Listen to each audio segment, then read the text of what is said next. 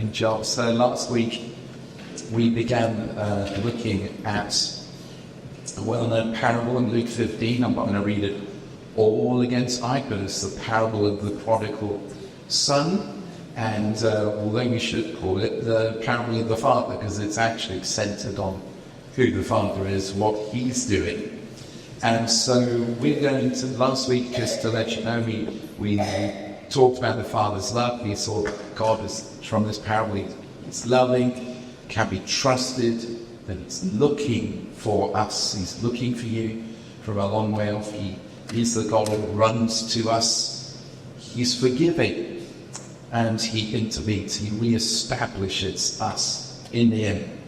And we get to the end of that parable, and we read about an older brother. I'm deliberately leaving the younger brother till last, because I don't know. I was at a wedding yesterday, and it was lovely, and the best men, they weren't really best men in that sense, but the brother of the groom and the brother of the bride both gave speeches, right? And they're both younger than their siblings, and they basically talked about being bullied their whole life. And so that was really interesting, because I have an older brother, and I have to say he bullied me basically all of my life. And so if you're a younger sibling here, if you're the last one in your family, you know, I feel your pain. If you're an older sibling, you feel. And we're going to look at the older one tonight. We're going to look at the bully. We're going to talk a little bit about the bully brother tonight. And so I'm just going to read from verse 28 here in the parable in Luke 15. It says, the older brother, now remember what's going on, the younger one's returned, the father's throwing a party, he's killed the fatted calf, much to the fatted calf's disappointment. And so the older brother gets home, and this is what we read. It says, the older brother became angry and refused to go into this party. So his father went out and pleaded with him, but he answered his father, look, all these years I've been slaving for you and never disobeyed your orders. You never even gave me a young goat so I could celebrate with my friends. But when this son of yours, who squandered all your property and your money and everything else on wild living and ladies of ill repute and all this stuff, when he comes home, you kill the fatted calf for him. My son, the father said, you are always with me, and everything I have is yours. But we had to celebrate, be glad, because this brother of yours was dead and is alive again. He was lost and is found. This brother, this older brother, is Mr. Angry. I don't know if you've ever read the Mr. Men by Roger Hungry. Has ever come across that? Get thumbs up for those. So, and he is Mr. Angry. He's angry with everyone. Who's he angry with? He's angry with his younger brother. And I think some of you might find his anger justifiable. You might say, well, actually, I get why he's angry. You see, the younger brother leaves. He's wished his father was dead. But that means that the older brother has to work harder than he's ever had to work before in his life. Because the work in the land, in the farm, everything else is not shared anymore. He's shouldering a bigger responsibility. And the other brother apparently doesn't seem in the very beginning to care much about that. So the older brother is left to carry it all. Now, I don't know about you, but I've been around church a long time, and I know that people from time to time leave churches. And they do that for all kinds of reasons. There might be good reasons, there may not be such good reasons, but ultimately, some people might think that churches, there's a nicer church down the road or whatever, or I prefer that pastor's Joe's or whatever it may be. But it sometimes means the rest of us have to pick up the work. It means the rest of us who are left have to work a bit harder. And that can lead to resentment. I don't know if where you work or your situation is, at college or uni or wherever you are, but if you've got a slacker in the team, have you ever had a slacker in your team at work? How annoying is that? Right? How annoying is that? Because everyone else ends up making up for what they're not doing. And I can remember when I was doing my undergrad degree, millennia ago, it feels like, and I was doing it, and they introduced this thing at the time, group work, and you had to do these projects together, and you had to do those kind of things together. And I would get so annoyed because I would really put hours on this stuff. I'd really put the effort and everything else. And you'd have, there might be 5 or 6 of us working on this particular project. You'd always had one person, and it was always the same person in the class, always the same one. Who you knew was just going to turn up on the day of the presentation or our course meeting, and going, "No, I didn't have time. I didn't do it." And so you have to do something off the cuff, and you have to do it. And the worst thing about it is that exercise was graded. It counted towards my degree. Do you remember these things, Elim? Was it like your time? No, you were the slacker, were you? Is that right? So I don't remember it because I never joined in any of that case. And so I used to get really annoyed. I remember taking one guy aside and saying, you're gonna make me miss my first. You're gonna make me miss my first because you're slacking. Well, he's like, I don't care, as long as I get through. I said, no, I don't want you to get through because you're not doing any work. And I was being an older brother. I was being a bit of a bully about it because I was getting so annoyed about it. And when people are like that around us, and even when they're like that in church, we can end up with a backlog of resentment and anger towards them. We can end up resenting them. And then one day, and I've been in church one time, so I can tell you about this kind of thing that happens. One day they come swanning back into church, years later, months later, whatever, and they come and they sit in the seat that you've been sitting in for the last several months, the seat that Jesus died for you to sit in, I don't know, and they sit in that seat like nothing's happened, like that's all fine. And everyone's fawning over them and saying, "Oh, it's so lovely to see you," and all that. And but inside, you're ready to pop them one. In love, of course, Christian love. So what we do is we bottle that judgment and anger up. We don't say much about it. But unfortunately, see, the problem in the older brother is this. He thinks he's better than the younger brother. It's not about what the younger brother's done. It's not about him or the fact he's left it. We're not told in the parable it could have been months or even years. We don't know. It's not about that. The older brother actually thinks he's better than the younger one. And it's that older brother attitude that we can't really have in church. We can't really have that as Christians. Can't maintain it. We can't keep it. In fact, the Bible tells us, and Jesus told us, you have to forgive. And you have to forgive really, really quickly. He tells us in Matthew 7, do not judge or you will be judged. From the same way you judge others, you will also be judged. And with the measure you use, it will be measured to you. Why do you look at the speck of sawdust in your brother's eye, paying no attention to the plank in your own eye? How can you say to your brother, let me take the speck out of your eye, and all the time there is a plank in your own eye? You are a hypocrite. First take the plank out of your own eye, and then you will be able to see clearly to remove the speck from your brother's.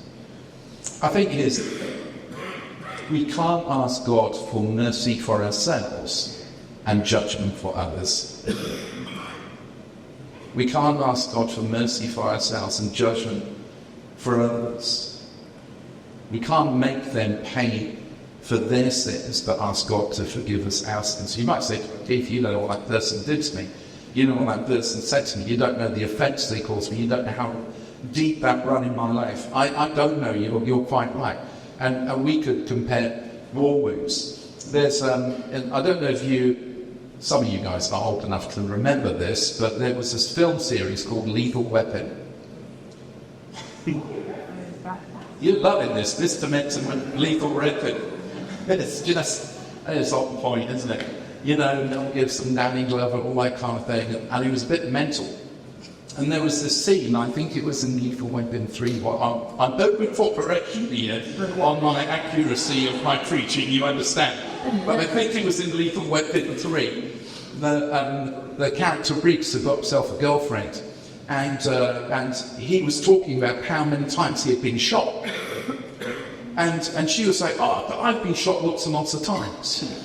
And you don't see anything untoward in the scene, don't worry, I'm going to go like that. But they can't show each other scars. Well, what was that? Oh, that was that time when I did that drug. Or what was that? Oh, that was this thing. And they're comparing their war wounds, trying to show that the other one has taken more hits than the other person. And we can be so much like that in church, can't we?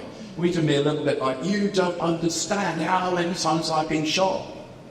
And the issue is how many times you've been shot. The issue is how many times can you find it yourself to forgive? How many times can you show the love of God to someone who maybe repeatedly is hurting you? Don't sit in anger. But then we discovered that this guy, this older brother, he's also angry with the father. And this would have been a bit of a shock to the listeners, because by now they've picked up the father in this story is God. And then Jesus continues, and actually this guy's angry with God. Don't know if you've ever been angry with God. Don't know if you've ever had a few choice words to say to God. And you might say, Keith, we're much better Christians than you, because of course we've never, ever been angry with God, because we're super Christians. I've been angry with God. There have been times when the unexplained has happened, and I'm like, God, what are you doing? Why are you allowing it to happen? If you read through the Psalms, about 30% of the Psalms are the Mr. Angry Psalms. They're the Psalms that are saying, God, how long are you going to let the evil prosper? How long is it going to be before you intervene? How long will it be? This older brother turns round to the God figure in this and says, you are not there. Wow. That's an accusation, isn't it? That's an accusation. And I love the fact that the Bible is so honest, and Jesus is honest about what is going on here. See, he points out to the father, this is the comparison thing where he thinks he's a bit better than the younger brother. He says, I've never disobeyed you. Never disobeyed you. I've been faithful. I've been here day and night. I have worked, and you haven't even given me a young goat so that I can have a barbecue with my mates. Not one thing have you ever given me. And he says, that young one over there, what he's been doing, what he's wasted, what he's squandered, what he's done it with, he comes waltzing home and you kill the fatted calf. Now the fatted calf was, the Jewish families would often fatten up the young calf for a feast, and it would be a planned feast. It wouldn't just be, we're just going to have a fat animal lying around just in case something good happens. They would be planning an event. They would be planning it around festivals, and so every year they would have a fattened calf. And they would be slaughtering this animal, offering as a sacrifice to God. And he takes the sacrifice that's meant for God, and they eat it. I mean, the Jews their toes would have been curling at this. People go, oh no, they've broken the law. How can they do that? And you're doing all this lavish stuff for this younger boy. And he says this to him, he says, I have been slaving all these years. He gave me nothing. There's a sense of injustice. His view of justice has been upset here. He feels that his father has been unfair to him. I want you to know God doesn't actually have favourites. My kids, and they're growing, they still ask me now. My daughter-in-laws are cottoned onto this as well. Because, they've said to me, who's your favourite? Through the years. If you're a parent or grandparent, you've probably had that if you have multiple children or multiple grandchildren. Who's your favourite, Pops? Well, I don't really have a favourite. No. You've got to choose one. You've got to choose, because I'm better than him. I'm better than him. You've got to choose one. I don't really have a favourite. No. And then I hit on this new thing. But it was new about 10 years ago when I hit on it. And I would say to them, you're my favourite. And they'd be like, oh, I'm the favourite. Why am I your favourite? Because I'm talking to you now. But tomorrow when I'm talking to the other one, they'll be my favourite because I'm spending a bit of time with them. And so it goes on. My daughter-in-laws, they look at me now and they go, yeah, Keith, we know we're your favourite because we're here now. And we're having a conversation. Well, your favourite? You're my favourite. Yes, you are. They're not really satisfied with that. You understand? They want to be the permanent favourite. But I'm like, I don't know how to elevate one of you up. The older brother felt like the younger brother was the favourite. I know we're not told it here. I think probably the younger brother felt the older brother was the favourite because of something. And how God responds to the older son. This is what the father says. In verse 31 it says, my son, you are always with me, and everything I have is yours. But we did have to celebrate and glad because this brother of yours was dead and is alive again. He was lost and is found. Here are three things that the father says to the older brother who is angry, who is bitter, who is resentful, who is struggling with an area. And I want you to know these are the things that God wants to say to you tonight. And as we worship in a few moments, that our response will be in response to these things. The first thing he says to me is, you are always with me. You are always with me. See, God doesn't love me less because he forgives somebody else. Isn't that amazing? Our position in the kingdom, our position in the church isn't suddenly undermined because someone is shown forgiveness and shown restoration. Your place is secure because he is with you, which means you're with him. You're always with me. The second thing he says to him in response to this son saying, I worked really hard. I've been like a slave to you. Remember in the parable, the younger son is going back to say, I want to make myself a slave.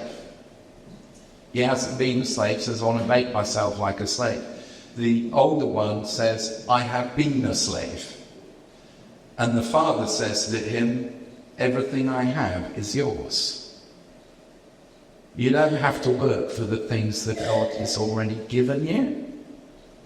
Oh, that's really good. I thought that might go name then. Maybe in the Pentecostal church, I don't know. Has this sense in which everything he has is ours. Now, technically, we can say that already happened. The division of property happened already. The split already happened. So literally everything that was left was the son's. And I think God wants us to know tonight, everything that God has for you is yours. We don't have to perform for it. We don't have to work for it. We don't have to do things to get God's favour. He already loves us. Stop saying me. Now, in my mind's eye, slaves are quite miserable. If you want to be a miserable Christian, the option is there. You can be a miserable Christian if you want. You can be the kind of Christian that's forever feeling beaten up by himself and by others for whatever reason. But I want you to know that kind of thing is not necessary.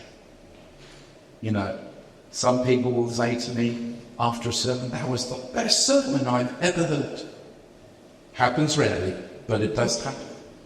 And others will come up to me and say, you really need to try harder, Kane. That was rubbish. That really wasn't so good. You'd be amazed what people say to me after church. It's quite amazing. In fact, now I've told you that, none of you will speak to me directly after church, because everyone will be looking at me, wonder what they're saying to it, you know. But there's that sense in which my worth is not found in what I do for God. My worth and identity is found in the fact that he loves me. There's nothing else beyond that. There's nothing else to add to that. So the things I do out of gratitude, but not out of slavery. Friends, stop trying to earn God's favour. You already have it. And thirdly, the Father says that and we had to celebrate because he was alive, but now he was dead, but now is alive again. We need to rejoice when the prodigals come home. We need to rejoice on those who have been absent from church or are come home and they're like nothing's happened. We need to rejoice and not be left outside of that celebration. You see, this parable is left hanging. Jesus could have ended it with, and the father goes on around, gets the older brother, and they went in and they all had a merry time until, whatever time in the morning, and it was a great feast. He doesn't do that. We're left with the question mark, did he go in? But it ends there. And it ends there because the choice is always going to be ours. Are we going to enter? Are we going to enter?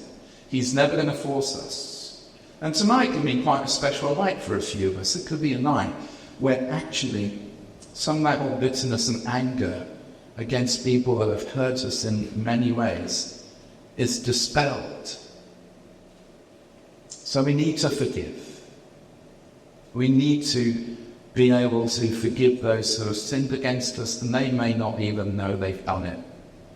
Some things are unintentional and insidious and horrible, and we need to take those to God as well. But in my life, and there's been those who have intentionally sinned against me in one way or another, but most people, and some people that hurt me the most, didn't even know they were doing it. And probably never going to be aware of it. But we still let them go. And we still release it. Because I want to live in the promise that says, everything I have is yours. Everything God has is yours already. And that's good news, is it not? And we're going to spend some time worshiping in response to that. And as Sam and Aaron come back, I want to remind you of those three things.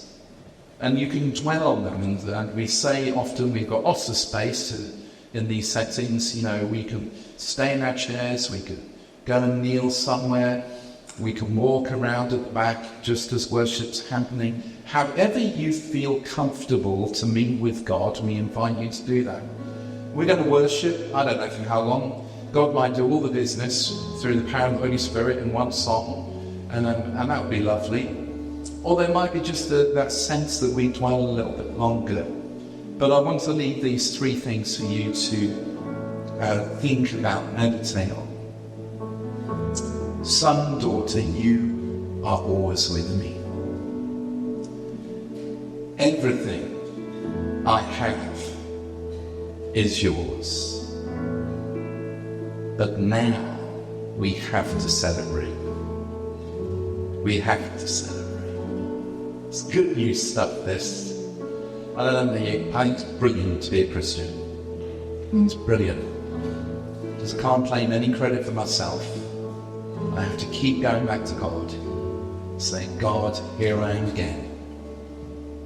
He says, welcome back. Can we worship a little? If you feel comfortable sitting, standing, however you feel, let's be with him over these next moments together.